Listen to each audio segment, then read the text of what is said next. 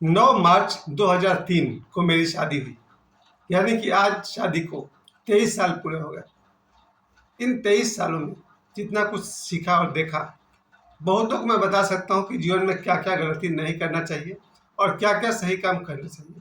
मेरे जीवन से शायद थोड़ा बहुत आपको भी कुछ प्रेरणा मिले, इस आशा से मैं बताना चाहता हूँ कुछ बातें कि 2002 तक मैंने शादी को बार-बार इनकार किया। 3 बार से अधिक मैंने शादी को इनकार कर दिया था, क्योंकि मैं कमाता नहीं था और जिसका कोई रेगुलर इनकम ना हो, कोई सरकारी नौकरी ना हो, कोई बढ़िया प्राइवेट जॉब ना हो, उन्हें शादी करने से थोड़ा विलंब करना चाहिए। ये मेरी पहली आप सबको सलाह है कि उसी बच्चे की शादी करवाइए जो या तो अच्छी नौकरी करता हो या नौकरी कर सकता हो या कोई बिजनेस करता हो, यानी फाइनेंशियली किसी पर अपने माँ बाप पर भी डिपेंड बच्चों को शादी नहीं करना चाहिए। थोड़ा रुक जाओ, लेकिन ये गलती मेरे से हुई क्योंकि मैं 99 से लेकर के 2002 तक 3 बार मैं शादी को रिफ्यूज कर चुका था। अपनी कोई योग्यता नहीं थी, कोई काबिलियत नहीं थी, भीतर में एक डर था कि हम तो कोई रेगुलर काम करते नहीं हैं, एक्टर बनना चाहते हैं, मेरा क्या भविष्य, और इसलिए मैंने 3 बार शादी को रिजेक्ट किया। लेकिन 2002 में जब इनका मैंने फ़ोटो देखा जिनसे मेरी शादी हुई, उनके तस्वीर को देखा तो फिर देखता रह गया और मुझे लगा कर लो भाई। इतनी सुंदर लड़की मैंने उससे पहले नहीं देखी थी। फ़ोटो में मैंने जो देखा, हमने घर में कह दिया हाँ ठीक है। और 2002 में मेरे परिवार के लोग जा कर के उनसे मिले, मेरा भाई, मेरी माँ, मेरी बहन और भी कुछ रिश्तेदार थे। वहाँ जा कर के ये लोग उनके साथ सुबह से शाम तक रहे और सबने ओके कर दिया और 2003 में मेरी शादी हो गई। 9 मार्च 2003 को मेरी शादी हो गई और शादी के बाद मैं फिर दोबारा भागा मुंबई कि जो मैं एक्टर बनना चाहता था अब मैं साबित करके दिखाऊं, और मुझे काम मिला। शिकवा सीरियल में 3 एपिसोड था और बाद में मैंने कुछ काम किया और भी, लेकिन बात जमी नहीं। 2004 के जनवरी में वापस आ गया। मुझे लगा कि एक्टर का करियर मेरा बनने वाला है नहीं, इस चक्कर में पारिवारिक जीवन भी नष्ट हो जाएगा। तो 2004 के जनवरी में मैं वापस आ गया। 2004 के अक्टूबर में मेरा बेटा पैदा हुआ। यही बेटा जो आज वर्तमान में मेरा सबसे बड़ा मजबूत स्तंभ, सहारा बना है। 2003 में 4 में मेरे बेटे का जन्म हुआ। उसके बाद 2005 में मेरे एक और रिश्तेदार में बच्ची का जन्म हुआ। ये मैं इसलिए बता रहा हूँ कि बाद में ये लोग को काम आने वाले हैं। फिर 2006 में मेरे भतीजे का जन्म हुआ। 2007 में एक और बच्चे का जन्म हुआ। 2008 में एक बेटी का जन्म हुआ, मेरी साक्षी बहन। साक्षी बहन मैं हमेशा कहता हूँ, साक्षी का जन्म 2008 में हुआ। 2009 में मेरी भगिनी प्रतीक्षा का जन्म हुआ। फिर मैं 2010 में फिर मुंबई भागा। मुझे लगा मैं शायद कुछ कर सकता हूँ और वहाँ मैंने किया घर की लक्ष्मी बेटियाँ और कसक, श्री गणेश लीला, 3 सीरियल में मैंने लगातार काम किया। फिर 2009 में मैं मुंबई गया, 2010 में वापस आ गया। मुझे लगा कि नहीं हो पाएगा। अब मेरे दोनों बच्चे, बेटा और बेटी, कोई 4 साल का है, कोई 6 साल का है। मुझे लगा कि मैं एक्टर बनने के चक्कर में इनका जीवन न खराब कर दूं। 2010 में मैंने मुंबई को फिर बाय कर दिया और इस बार लौटा तो फिर मैं लगातार स्कूल में टीचर बना रहा। हालांकि मैंने स्कूल में टीचिंग 2005 में शुरू कर दिया था। फिर 2010 में 9 में जो मुंबई गया, वापस लौट कर फिर मैं टीचर बन गया, प्राइवेट स्कूल में टीचर, ट्यूशन पढ़ाना और स्कूल में पढ़ाना। 2011, 12, 13, 14, 15, 16 तक।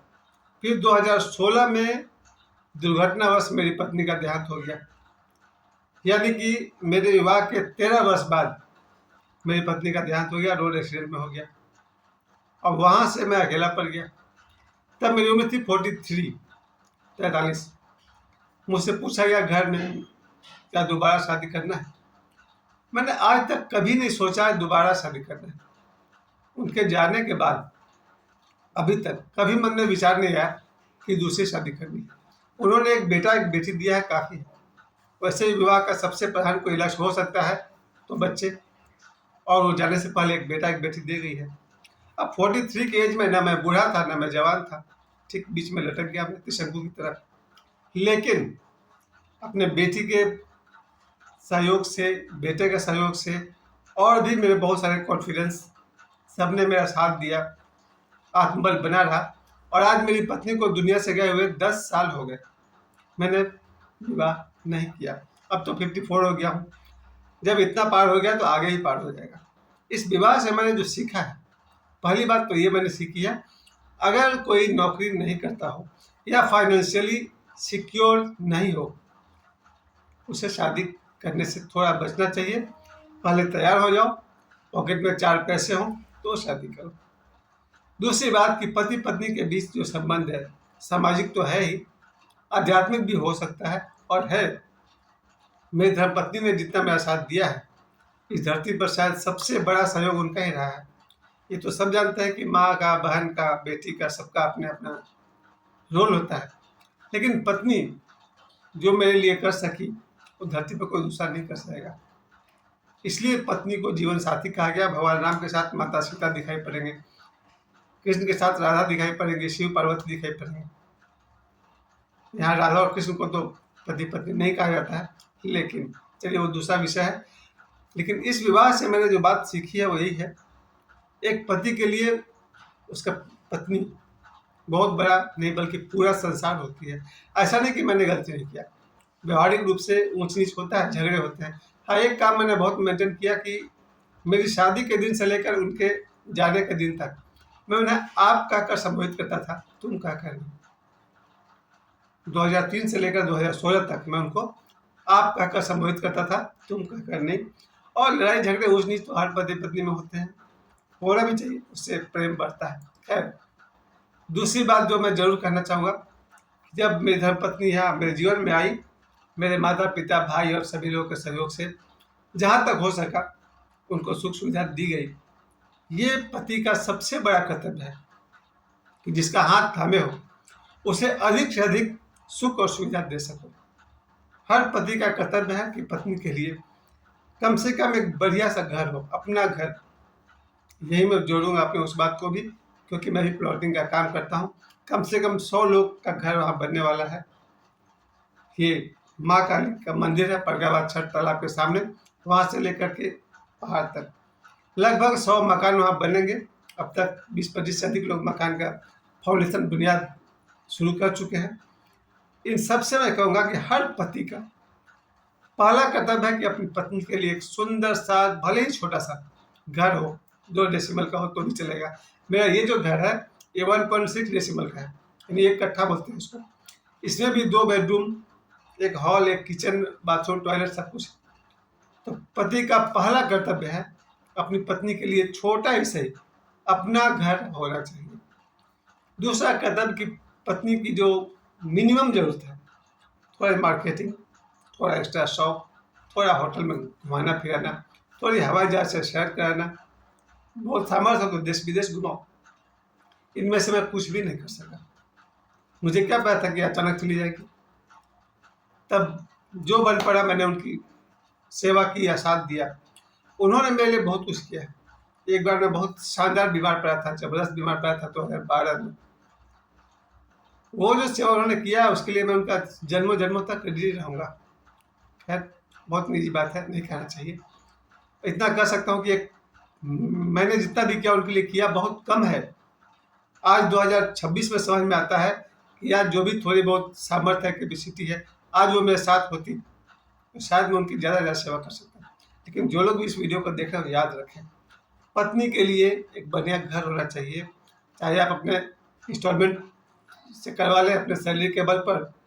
दूसरी बात, पत्नी के लिए बाइक और एक 4 व्हीलर जरूर होना चाहिए। हर आदमी के जीवन का एक लक्ष्य होना चाहिए कि एक 4 व्हीलर खरीद सके। अब तो 4 व्हीलर का दाम 5-6 लाख से ऊपर है। फिर भी घर के बाद दूसरा टारगेट रखिए गाड़ी।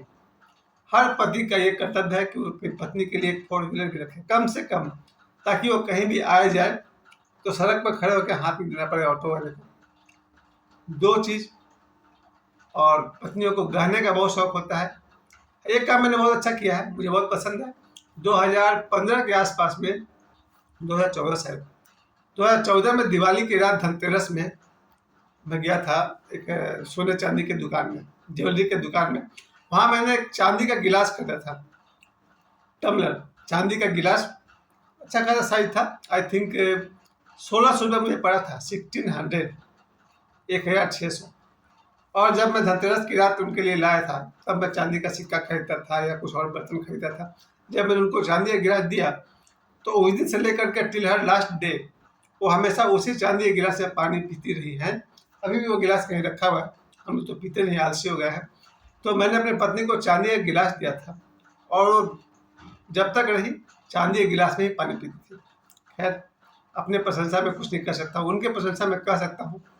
2003 में शादी हुई, 13 साल बाद 2016 में साथ छूट गया, लेकिन फिर भी 2016 से लेकर 2026 तक इन 10 साल में कहीं भी दूसरे विवाह का ख्याल नहीं आया। क्यों? क्योंकि मेरे सपोर्ट में खड़े थे यही लोग जो 2004 में पैदा हुआ, 2005 में पैदा हुआ, 2006 में पैदा हुआ, 2007 में पैदा हुआ, 2008 में पैदा हुआ, 2009 में पैदा हुआ, 2017 में पैदा हुआ, 2018 में पैदा हुआ, 2020 में पैदा हुआ।